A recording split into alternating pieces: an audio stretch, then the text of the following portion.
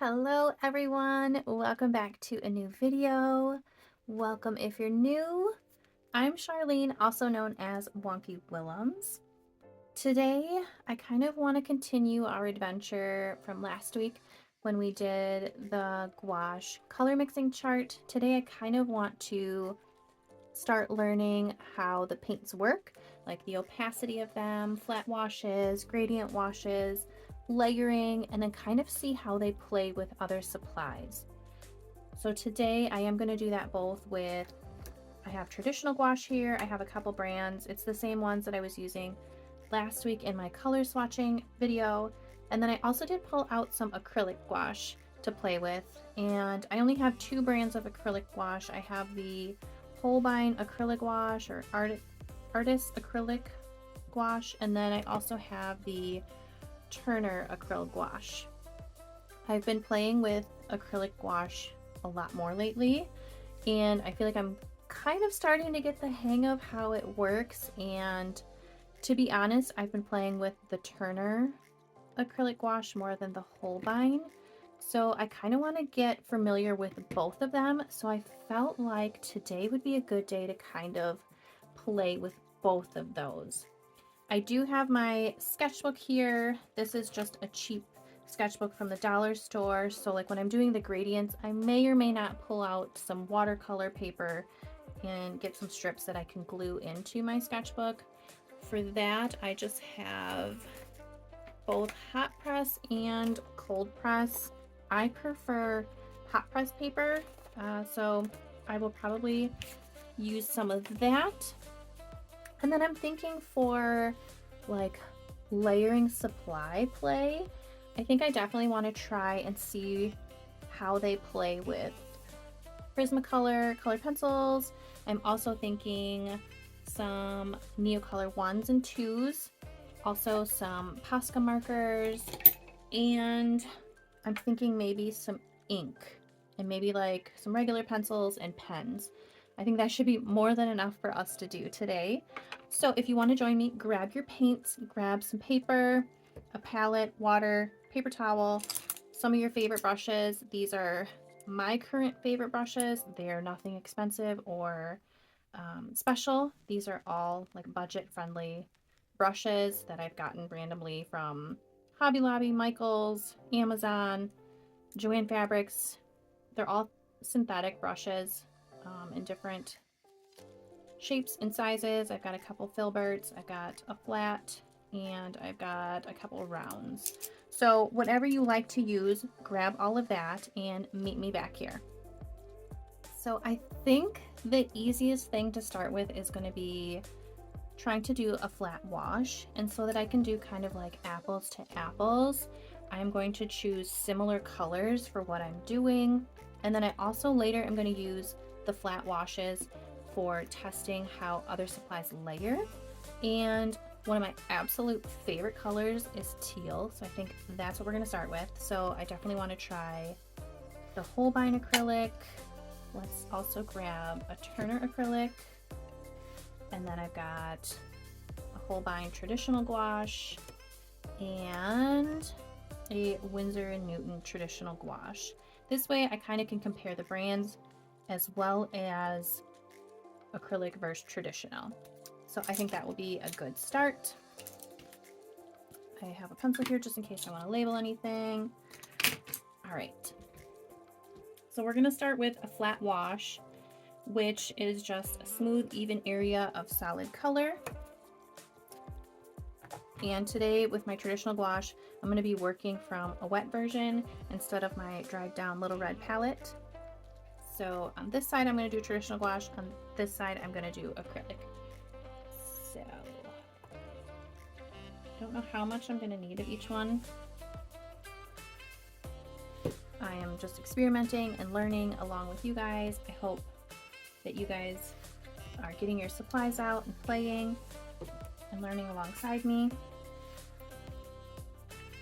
and letting go of wanting everything to be a masterpiece, because this is how we learn, is when we play and don't set high expectations for ourselves. All right, so I'm gonna keep that on that side, so I don't confuse myself. And then I'm also gonna keep them in the order that I put them on my palette, again, so I don't get confused and forget. So I think for this, let's do this number 9 filbert. I know using this cheap paper is probably not the best, but it's what I'm gonna do. I feel like that's a little too watery. And this past week, I've really been playing with learning what the ideal consistency of my paint is. And that's been fun, but also scary. And yeah, I don't know. Oh, that's beautiful. I do feel like the hardest part about playing is letting go of that. Like, you want everything to be perfect and a masterpiece the first time, but we don't really learn like that, and it's very unrealistic. And I think we'll learn faster when we kind of just give ourselves permission to play. That is beautiful. Okay. So that is the Windsor Newton traditional gouache. I will list below all the colors and the actual tubes of paint that I used. Okay, and then we're gonna try, I should have just put them all in these like little wells to begin with. I know I should be using a ceramic palette, but honestly I couldn't bring myself to going and cleaning my ceramic palette right now since I've been playing all week. It's kind of dirty, but so I'm gonna use this one that I have that's clean. I could have made this a little thicker.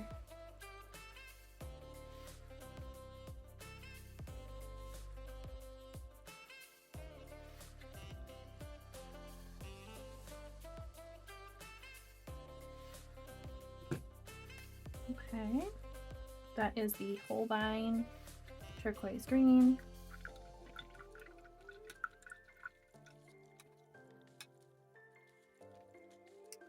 All right, next is going to be the Turner Acrylic Gouache.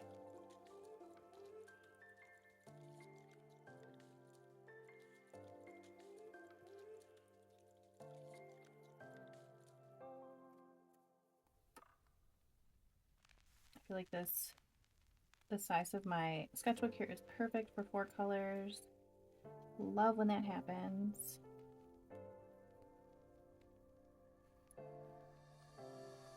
This is such a pretty color.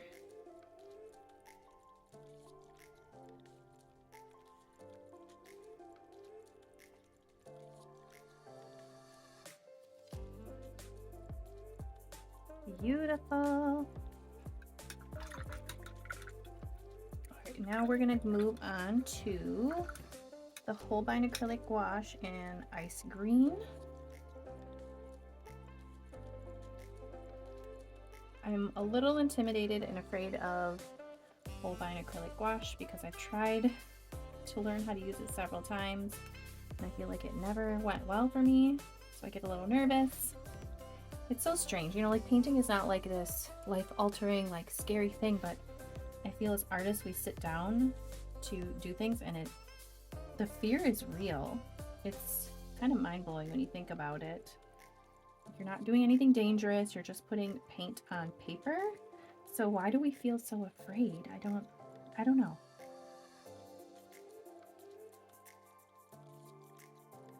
I feel like Holbein dries really quick, the acrylic gouache, compared to say Turner. And it seems thicker to me, and I don't feel like I'm at a level where I can paint fast enough, and I think that's what scares me. Okay, so there is our flat wash of color, and I encourage you to do this with multiple colors because I feel like the makeup of the different colors and like the different pigments and binders in each color is a little different. So like I think if we went to like the pinks and the yellows, I feel like it would be a completely different experience. I could be wrong. That's something that I will need to try, but I just feel like sometimes like paints reactivate different, so I would think they would also straight out of the tube act differently. All right, so we're gonna let this dry. Next, we are going to do some gradient washes, which means we're gonna blend from dark to light by adding more and more water. So this is where the watercolor paper is gonna come in handy, because this paper, I don't feel like it's gonna work so well with blending a gradient. And this is where I'm probably just going to cut strips of watercolor paper that I can eventually just glue in here to my sketchbook. So we will move this over to the side. This is my little piece of watercolor paper. I'm going to keep it in the same orientation so I don't get confused. And I'm going to add more paint to my palette of the same colors.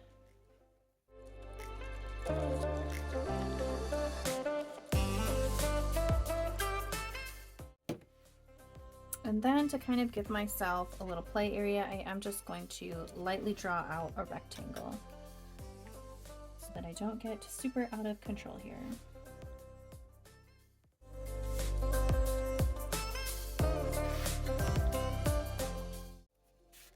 And this way I know it will fit on my paper when I cut it. I think I'm going to stick with the same brush. This brush does feel pretty good to me. So I'm going to start by mixing up a very thick opaque version, and then we're slowly going to add more water over time. Hopefully I have enough room to really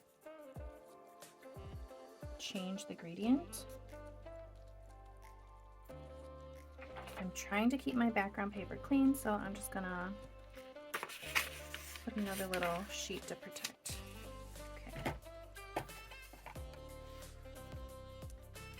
All right, so maybe since I'm right-handed, this will be easier like this. Okay. I know ideally working with clean water would probably be best, but it is what it is. All right, so I'm just going to start here with this full-blown color. I love this color. It is so pretty.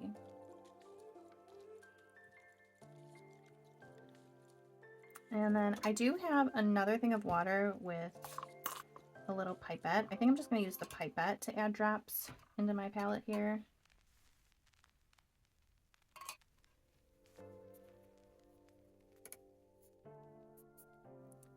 And then I'm just gonna keep adding water.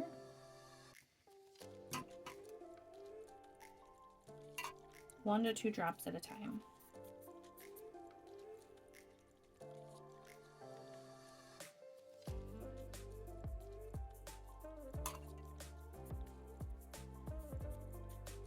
Okay, I'm taking a little bit of paint out of my brush so that it's not super saturated.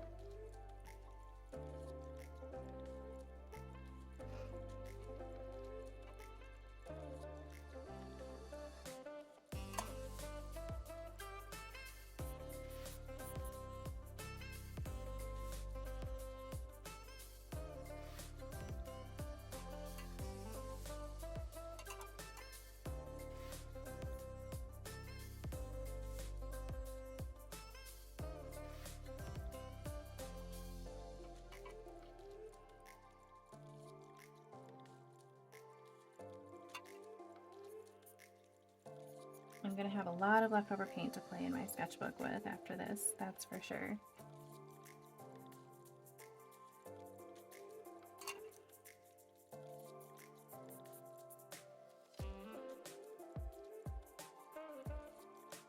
So if my paper was wider, like we could eventually like make it lighter and lighter, but I think that's pretty good to kind of get the gist of the gradient of that one.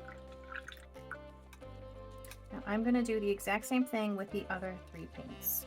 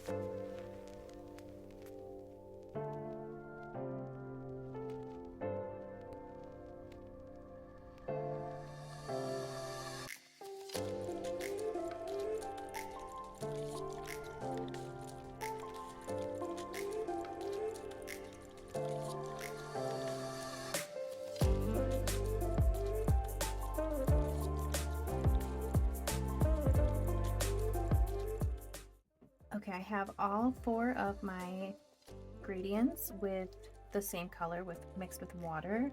Just for fun, I want to try to do a gradient and show you how to do it with an additional color.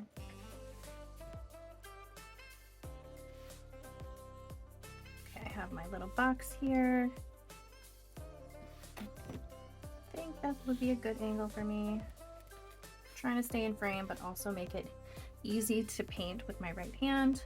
And I think I'm going to use this Holbein Acrylic Gouache. I really like how that faded out. It felt really nice.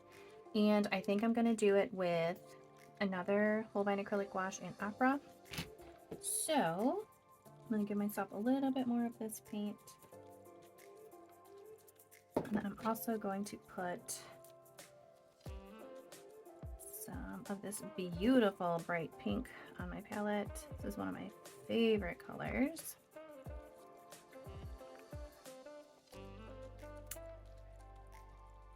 And I am going to start by mixing my ice green to a consistency that is workable. So through this whole gradient, I'm going to keep my paint at a workable consistency. This gradient is about changing color gradually, not the opacity. So I will start with my full color here. And now with each stroke, I'm going to add more pink to my base color. So add some pink. If I need to add more water, I will, just to keep it at that creamy consistency, kind of like melted ice cream. I feel like I added too much pink right away. Like you could do this super, super gradually. I don't have a lot of space here, but if I wanted to blend this, I could take a brush with just water and go like this.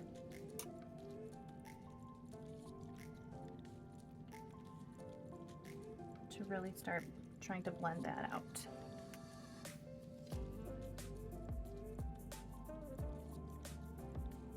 Again, I can come back in my wet brush.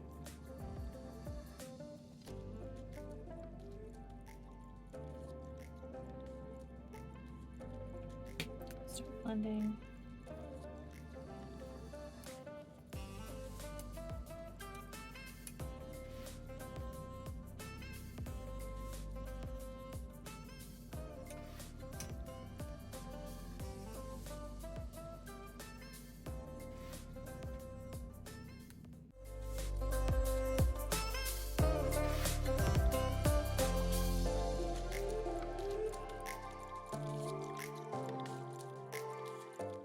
There we go. We have our gradient with a color. I added a little too much water when I was trying to blend within here, but it is what it is. It's just practice. This is why we practice. And I don't want to waste all of this beautiful, like unicorn looking paint on my brush. So I'm just gonna go ahead and put that in my sketchbook as a swatch that we can layer over later. I have went ahead and painted a few more boxes for us to play with layering. I did go ahead and make sure this was completely dry before I did that. And I think what I'm going to start with is some of our leftover watered down gouache. I'm going to switch over to a smaller brush. This is a 4 round. And I'm just going to start playing and seeing how things layer over each other. I am noticing that the traditional gouache over the acrylic gouache kind of doesn't do anything.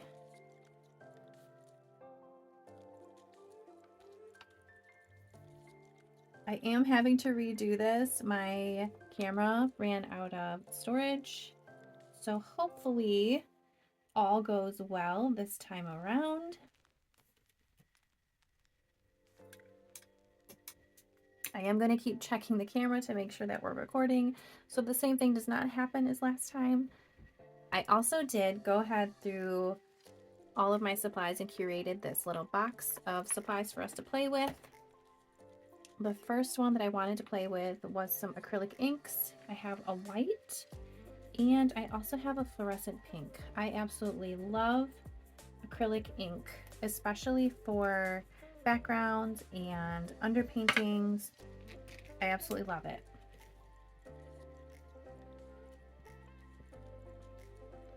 Oh, that looks nice.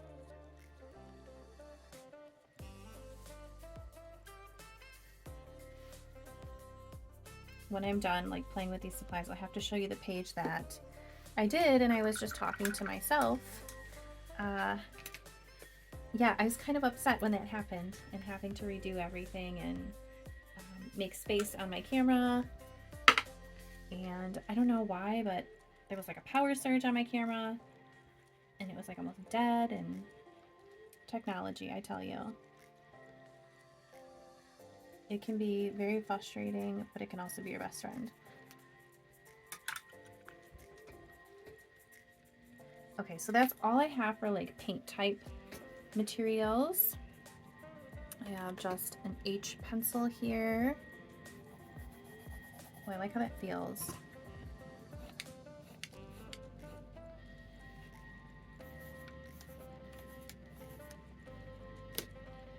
And then I have, this is kind of like a knockoff Muji fine liner pen.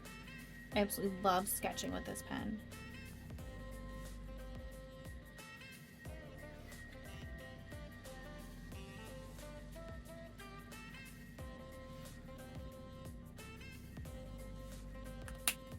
And I also have another pen in here. It's like a chunky Foodball 1.5. I love sketching with this when I want to be super loose.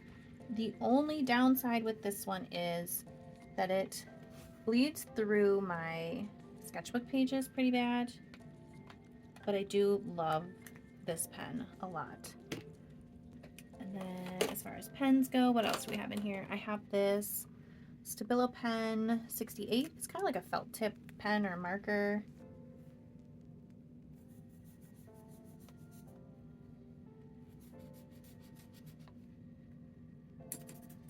I noticed when I go on the traditional gouache, it kind of lifts up a little bit onto my supplies. So that's definitely something to note for when I'm layering. I also have a mild liner highlighter.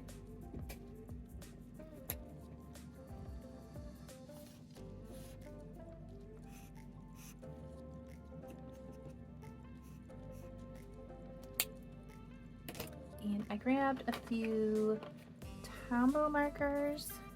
Love playing with Tombow markers. Oh, I really like how these layer over the acrylic gouache. How does other colors look? That's nice. Does that make it dirty? Let's see. Yeah, see how it's like lifting the gouache off of there? And it's making the tip of my marker really dirty. Good to know. But it works great on the acrylic gouache.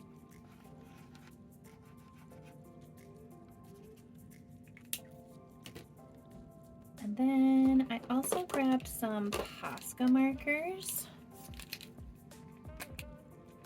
This really chunky white one. That's nice. Ooh, that pops so nice. And let's try it on this gouache. It does make the tip of my Posca a little dirty. Definitely have some scrap paper close by when you're layering over your traditional gouache to clean your supplies. I've got a pink one here.